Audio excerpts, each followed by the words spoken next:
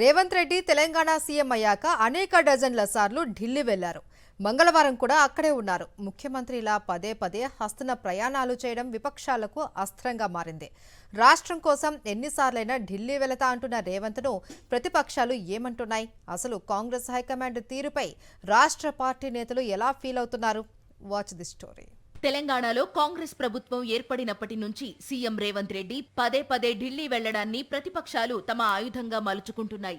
కాంగ్రెస్ కు అధికారం ఇస్తే తెలంగాణ గౌరవాన్ని ఢిల్లీలో తాకట్టు పెడతారని ఎన్నికల సమయంలోనే బీఆర్ఎస్ ఆరోపించింది. ఇప్పుడు తాము చెప్పిందే నిజమైందని సీఎం రేవంత్ ఇప్పటికి 42 సార్లు ఢిల్లీ వెళ్లారని చెబుతున్న గులాబీ పార్టీ నాయకులు సోషల్ మీడియాలో ట్రోలింగ్ చేస్తున్నారు. ఇదిలా ఉంటే రాష్ట్ర అభివృద్ధి కోసం ఎన్నిసార్లైనా ఢిల్లీ వెళతానని, 30 సార్లు కాకపోతే 300 సార్లైనా వెళతా అని గతంలోనే ఓసారి తెగేసి చెప్పారు రేవంత్ రెడ్డి. తాను వెళ్లేది రాష్ట్ర అభివృద్ధి కోసం మాత్రమేనని, గత బీఆర్ఎస్ ప్రభుత్వం కేంద్రం నుంచి నిధులు రాబట్టడంలో ఫెయిల్ అయిందని, తాము ఆ తప్పు చేయదలుచుకోలేదని చెబుతున్నారు రేవంత్.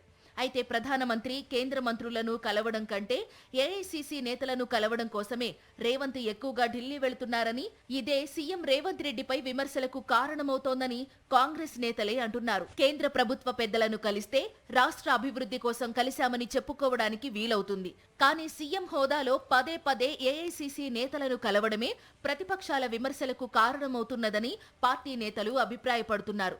కాంగ్రెస్ హైకమాండ్ కూడా ప్రతి చిన్న విషయానికి సీఎంను ఢిల్లీ పిలిపించుకోవడం సరైంది కాదని, ఇది రాష్ట్ర ప్రజల ఆత్మగౌరవంపై ప్రభావం చూపిస్తుందని కాంగ్రెస్ పార్టీ సీనియర్ నేతలు అంటున్నారనే టాక్ గాంధీ భవన్లో నడుస్తోంది. ఈ అంశంపై ఇప్పటికే ఒకరిద్దరు నేతలు అధిష్టానానికి లేఖలు కూడా రాశారని సమాచారం.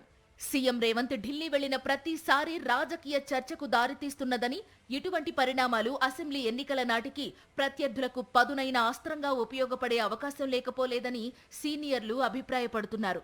ఇకనైనా పార్టీ నేతలను కలుసుకుని ఢిల్లీ పర్యటనలు తగ్గించుకోవాలని సీఎం కోరుతున్నారట.